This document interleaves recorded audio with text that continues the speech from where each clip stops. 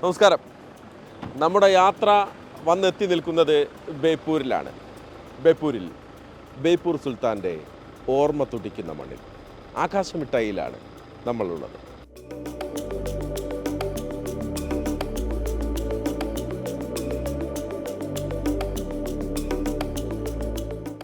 കോഴിക്കോട് കോർപ്പറേഷൻ്റെ കൈവശമുണ്ടായിരുന്ന സ്ഥലം അവിടെ ടൂറിസം വികസന പദ്ധതിയിൽ ഉൾപ്പെടുത്തിയാണ് ഈ 11,000 ചതുരശ്ര അടി വിസ്തീർണമുള്ള സ്മാരകം നിർമ്മിച്ചിരിക്കുന്നത്.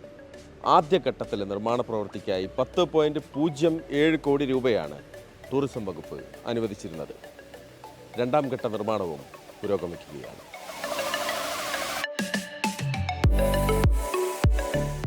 ഒന്നിച്ചിരുന്ന് കഥ പറയുക എന്നുള്ളത് ബേപ്പൂരിലെത്തുമ്പോൾ സ്വാഭാവികമായും വൈക്കം മുഹമ്മദ് ബഷീറിനെ ഓർക്കുമ്പോൾ നമ്മുടെ ഉള്ളിൽ വരും. അങ്ങനെ ഒന്നിച്ചിരിക്കാനും കഥ പറയാനും കളി പറയാനും ഒക്കെ ഒരു വേദി കൂടിയുണ്ട് ഇവിടെ. ഈ സ്മാരകത്തിൻ്റെ 1-ാം നിലയിലാണ് നമ്മളുള്ളത്.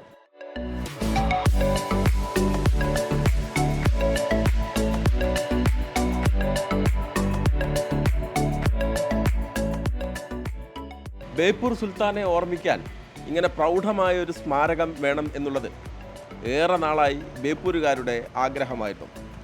അതാണ് ഇവിടെ സഫലമാകുന്നത്.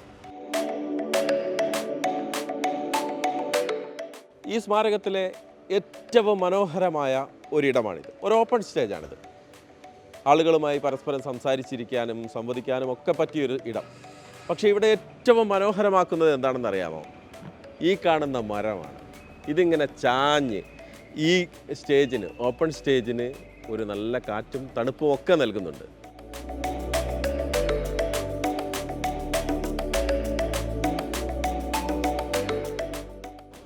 ഈ സ്മാരകത്തെ ഏറെ ആകർഷകമാക്കുന്നത് ഈ കെട്ടിടത്തിൻ്റെ രൂപഭംഗി തന്നെയാണ്. ചെങ്കല്ലുകൾ പാകിയും കരിങ്കല്ലുകൾ പതിച്ചുമൊക്കെ അതിമനോഹരമാണ് ഈ കെട്ടിടം. രണ്ടാം ഘട്ട നിർമ്മാണത്തിനായി 9.97 കോടി രൂപയാണ് ടൂറിസം വകുപ്പ് അനുവദിച്ചിരിക്കുന്നത്.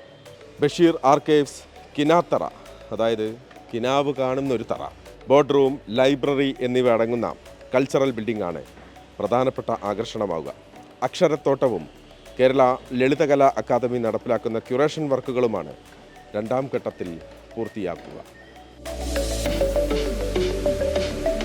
കെട്ടിടമായിരുന്നില്ല സ്മാരകമായി ഉദ്ദേശിക്കുന്നത്. അതൊരു ഞാൻ വിദേശത്തൊക്കെ സന്ദർശിച്ചില്ലെങ്കിലും ടി വിയിലൊക്കെ കണ്ടിട്ടുണ്ട്. വിദേശത്തൊക്കെ നമുക്ക് പോയി കഴിഞ്ഞാൽ ഇതുപോലെയുള്ള ഭംഗിയുള്ള പ്രദേശങ്ങൾ, അതായത് ഒരു സാഹിത്യകാരൻ അല്ലെങ്കിൽ ഒരു പ്രദേശത്തിൻ്റെ സാംസ്കാരിക ഒരു രീതി മനസ്സിലാക്കാൻ നമുക്ക് അവിടെ ചെന്ന് കഴിഞ്ഞാൽ മനസ്സിലാക്കാൻ പറ്റും. ഇവിടെ നമുക്ക് മൊത്തത്തിൽ കോഴിക്കോടിൻ്റെ ചരിത്രം, ബേപ്പൂരിൻ്റെ ചരിത്രം, അവിടെ ഉരുവുണ്ട്, ബേപ്പൂരിൽ ക്രാസിമാരുണ്ട്, ബേപ്പൂർ സമ്പന്നമായ ബേപ്പൂരിൻ്റെ ചരിത്രമുണ്ട്. എല്ലാം അവിടെ കൊണ്ടുവരുന്ന രീതിയിൽ ഒരു സമുച്ചയമാണ് അവിടെ വരുന്നത്. അവിടെ നിങ്ങൾ ശ്രദ്ധിച്ചിട്ടുണ്ടാവും, അവിടുത്തെ ഒരു മരവും മുറിച്ചിട്ടില്ല. വലിയ മരമായിട്ട് നിൽക്കുന്നത്, ആ മരത്തിൻ്റെ തണലിലാണ് ആ സ്മാരകം നിൽക്കുന്നത്. ബേപ്പൂർ സുൽത്താൻ്റെ ഓർമ്മ തുടിക്കുന്ന മണ്ണിൽ നിന്ന് നമ്മൾ മറ്റൊരിടത്തേക്ക് പോകും.